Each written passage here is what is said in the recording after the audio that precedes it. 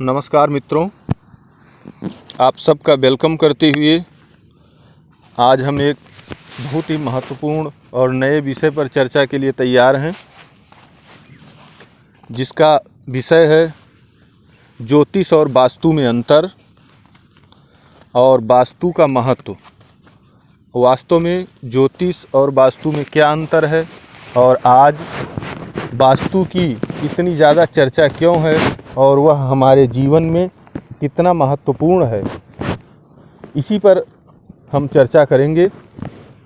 तो आप सबका स्वागत करते हुए इस ज्योतिष और वास्तु के प्रसंग को प्रारंभ करने से पहले हम सबसे पहले एक छोटी सी परंपरा के हिसाब से वंदना करते हैं, याद करते हैं अपने इष्ट को कि गिरिजानंदन गजबदन और शंकर सुवन गणेश और जय जय माता सरस्वती, जय जय भारत देश। तो आइए हम अपने विषय पर चलते हैं कि ज्योतिष और वास्तु में अंतर क्या है। सबसे पहले इसके अंतर को समझते हैं, इसमें समानताएं क्या हैं उसको समझते हैं, उसके बाद वास्तु की महिमा के विषय में चर्चा करेंगे। तो ज्योतिष और वास्तु के अंतर, सबसे पहला जो है कि ज्योतिष वेदांगों में गिना जाता है। जो 6 वेदांग हैं उन वेदांगों में ज्योतिष एक वेदांग माना जाता है, जिसके ऋषि पाराशर और भृगु माने जाते हैं। वैसे बहुत सारे विद्वान हुए, लेकिन प्रारंभिक ऋषि पाराशर और भृगु को माना जाता है। उसी तरह से जो वास्तु है, वास्तु एक वेद है। आप सब ने 4 वेदों का नाम सुना होगा, लेकिन 4 वेद के अलावा 4 उपवेद भी हैं और उन 4 उपवेदों में स्थापत्य वेद अर्थात वास्तु का नंबर आता है। तो वास्तु एक उपवेद है और उसके आदि जो प्रवर्तक हैं वह विश्वकर्मा जी माने जाते हैं। विश्वकर्मा जी से ही वास्तु की उत्पत्ति मानी जाती है। अगला है कि ज्योतिष मुख्यतः 9 ग्रहों का अध्ययन करता है और उसका संसार पर और मानव पर क्या प्रभाव होता है इसके विषय में अध्ययन करता है। लेकिन वास्तु 9 ग्रहों के साथ साथ 5 तत्वों और 45 देवताओं का भी अध्ययन करता है तथा उनका मकान पर, घर पर और मनुष्य पर क्या प्रभाव पड़ता है उसका भी अध्ययन करता है। उसकी बहुत सारी शाखाएं हैं जो उस और कई सारे प्रकार हैं, जैसे घर का वास्तु, एक नगर का वास्तु, मंदिर का वास्तु, इस प्रकार से उसके बहुत सारे भेद हैं। लेकिन मोटे तौर पर जो उसके अंदर अध्ययन किया जाता है वह यही है। अगला है ज्योतिष परिवर्तनशील ज़्यादा होता है। ग्रह हमेशा ही परिवर्तित होते रहते हैं, इसलिए उनका प्रभाव भी परिवर्तित होता रहता है। लेकिन ज्योतिष की वनस्पति वास्तु उतना परिवर्तनशील नहीं है और ना ही उसका प्रभाव परिवर्तनशील होता है। इसलिए ज्योतिष की जगह जब वास्तु होता है, जो घर बन जाता है, तो उसका जो प्रभाव होता है वह लगभग अस्थायी होता है, उतना जल्दी परिवर्तित नहीं होता है। क्योंकि जब व्यक्ति घर पर दूसरा बनाएगा तभी उसका वास्तु चेंज होगा, और घर तो ज़िंदगी में व्यक्ति एक आध बार ही बनाता है, इसलिए वास्तु के परिवर्तित होने की संभावना बहुत ही कम होती है।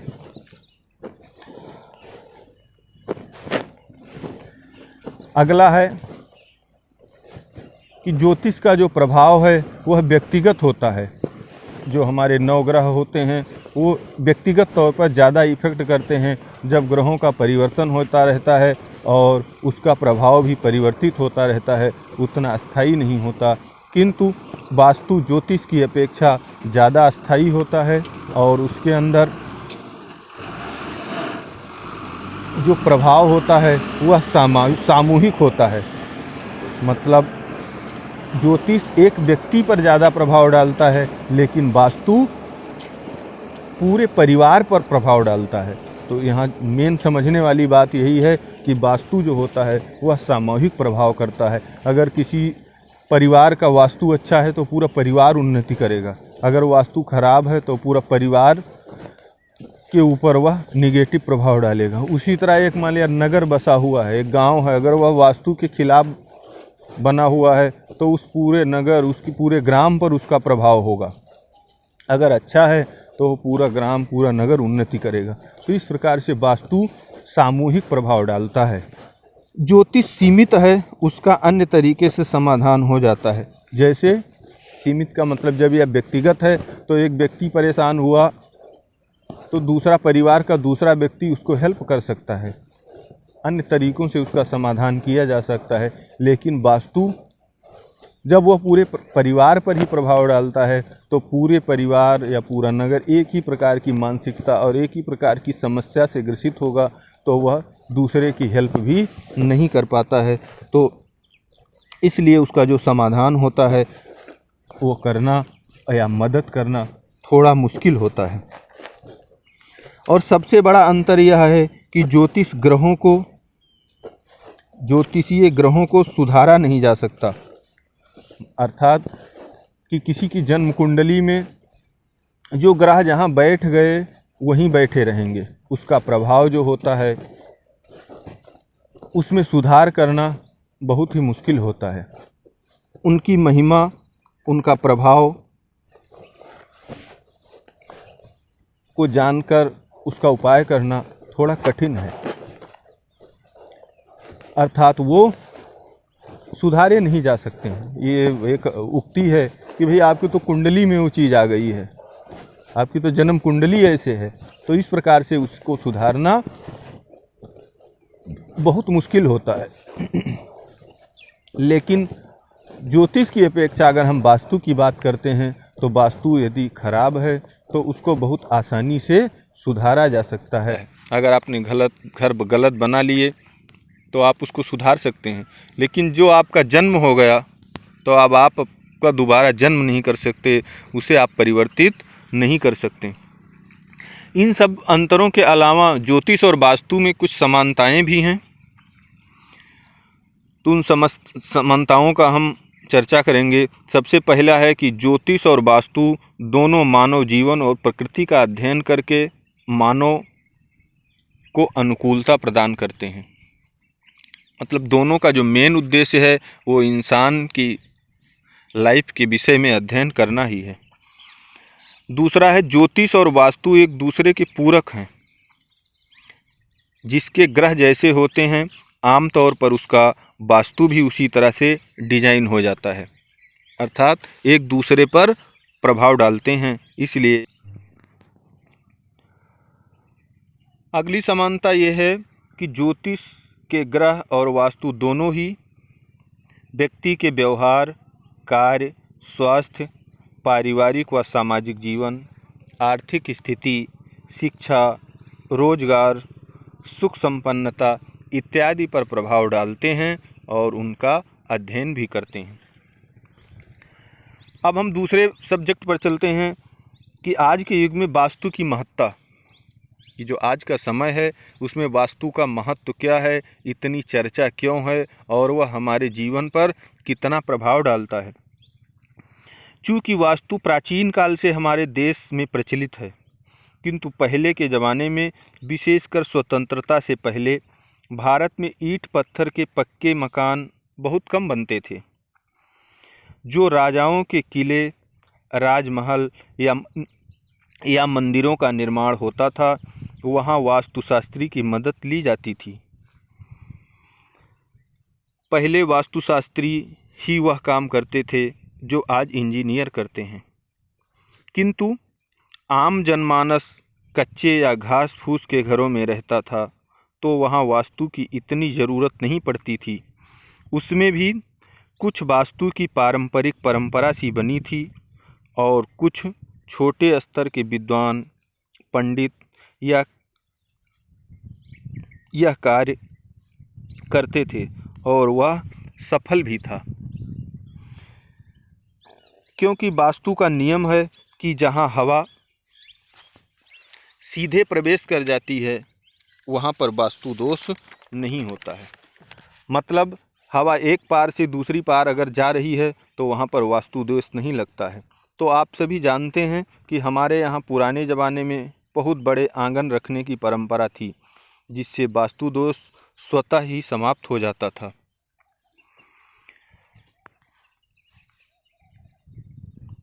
इसके बाद घरों में दक्षिण पूर्व में किचन और उत्तर में पानी, नाली इत्यादि बनाने की एक परंपरा थी। इससे वास्तु बिल्कुल ठीक रहता था। साथ ही लैट्रिन बाथरूम का प्रचलन नहीं था। लोग खेतों में लैट्रिन करने के लिए जाते थे और बाहर कुएं या नल पर स्नान करते थे।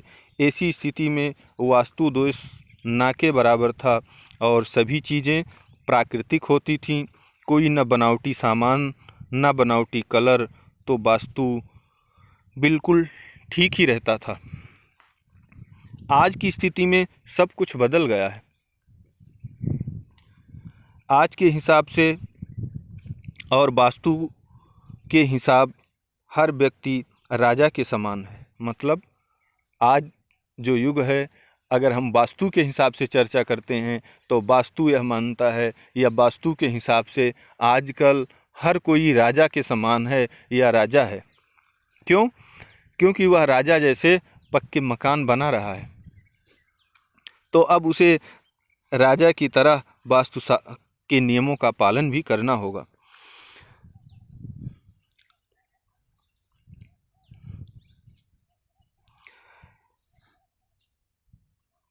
दूसरा, घर में खुला स्थान कम हो गया।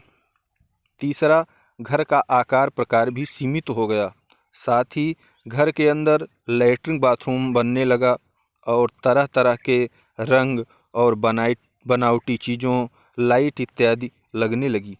इसके अलावा भी अलग अलग डिजाइन में घर बनने लगे।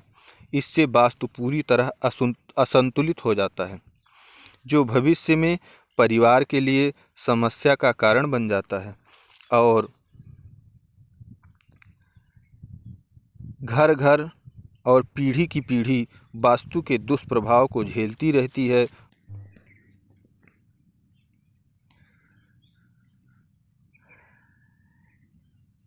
इस प्रकार से घर घर और पीढ़ी की पीढ़ी वास्तु के दुष्प्रभाव को झेलती रहती है और उसकी जानकारी न होने के कारण समस्या से छुटकारा नहीं मिलता है।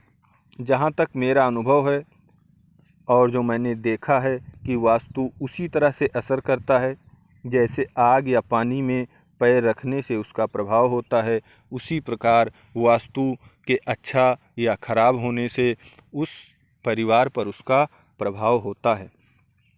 इसलिए घर बनाते समय अच्छे वास्तुशास्त्री आचार्य से सलाह लें और यदि घर बन गया है तो बाद में भी सलाह लेकर उसे सही कर सकते हैं। आप राजा की तरह सुखी और संपन्न तभी रह सकते हैं जब राजा की तरह आप वास्तु का पालन करेंगे। वास्तु उन प्राकृतिक तथ्यों, रहस्यों पर काम करता है जो हमें मालूम नहीं रहता, किंतु उनका उल्लंघन करने से, प्रकृति के विपरीत कार्य करने से हमारी एनर्जी बिना मतलब नष्ट हो जाती है या तो इकट्ठा ही नहीं हो पाती और परिवार तरह तरह की समस्याओं का सामना करता रहता है। और वास्तु के सिद्धांत निश्चित व सब पर समान रूप से प्रभाव डालते हैं।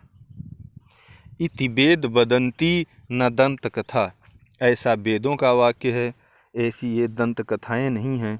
और आप सब इस बात को जानते हैं और अनुभव कर सकते हैं, तथ्यों के आधार पर उसका अवलोकन कर सकते हैं और उससे लाभ भी उठा सकते हैं और अपनी परेशानियों से छुटकारा भी पा सकते हैं। अब यहाँ पर मैं वास्तु के कुछ अगर उदाहरण की चर्चा करूं, या जैसे आप सब ने सुना होगा कि ईशान कोण जो होता है, पूर्व और उत्तर का कोना, वहाँ पर हम पूजा पाठ करते हैं। अब आप पूजा पाठ वहाँ नहीं करते हैं, कोई बात नहीं, लेकिन अगर आपने वहाँ बिल्कुल एंटी काम कर दिया, जैसे आप वहाँ पर लैट्रिन बना दिए तो वह आपके परिवार को बहुत ही निगेटिव इफेक्ट देगा। उसी तरह आप पूजा पाठ वहाँ से उठाकर, एक कोना होता है घर के अंदर जिसको हम नैऋत्य कोण बोलते हैं, दक्षिण पश्चिम का कोना। दक्षिण पश्चिम का कोना ये माना जाता है कि यह पितरों का कोना है। अगर आप पूजा घर को ईशान से उठाकर नैऋत्य कोण दक्षिण पश्चिम में स्थापित कर देते हैं तो वही पूजा आपके लिए घातक हो जाएगी। उसी तरह अगर आप पितरों को लाकर ईशान कोण में रख देते हैं तो वह आपको निगेटिव इफेक्ट देने लगेगी। उसी तरह से जैसे आप किचन को उत्तर में बना देते हैं तो वह आपके परिवार में धन की कमी, बीमारी और इम्यूनिटी कम होना, इस प्रकार से समस्याएं आने लगेंगी। उसी तरह अगर आप जल को, आपको नल को आग्नेय कोण में रख देते हैं, पानी दक्षिण पूर्व कोने में, तो वहाँ पर आपको बहुत सारी समस्याएं आने लगेंगी। ये आप उदाहरण है, आप अपने घर में या आपके आस पड़ोस में देखकर इस चीज़ को समझ सकते हैं। इसी तरह से वास्तु के अंदर द्वार कहाँ होना चाहिए, घर का आकार कितना होना चाहिए, उसके घर के अंदर चारों तरफ डिजाइन कैसी होनी चाहिए, उसके अलावा मतलब बाहर भी क्या क्या चीज़ें होनी चाहिए, कोई भेद तो नहीं है। इस तरह से बहुत सारे चीज़ों का अध्ययन किया जाता है। तो उन सब चीज़ों को आप स्वयं सीख करके भी ऐसा कर सकते हैं। अगर आप वास्तु सीखना चाहते हैं तो वास्तु सीख कर भी आप उसका उपयोग कर सकते हैं। और अगर आप आसानी से काम करना चाहते हैं, हर चीज़ इंसान नहीं सीख सकता है। अगर वो बीमार होता है तो डॉक्टर नहीं बन सकता है। तो आप वास्तुशास्त्री से मदद लेकर, उनसे सलाह लेकर आप अपनी लाइफ को, अपने परिवार को लाभ दे सकते हैं। इसी के साथ आप सबको धन्यवाद देते हुए हम अपनी वाणी को विराम देते हैं। अगली बार फिर किसी विषय पर चर्चा करेंगे। नमस्कार, जय हिंद, जय भारत। जैसा अगर आपको अच्छा लगता है तो आप कमेंट ज़रूर करिए, या आपका कोई क्वेश्चन होता है तो आप क्वेश्चन भी आप पूछ सकते हैं कमेंट बॉक्स में। हम उससे ज़रूर देने का प्रयास करेंगे, जवाब देने का। धन्यवाद।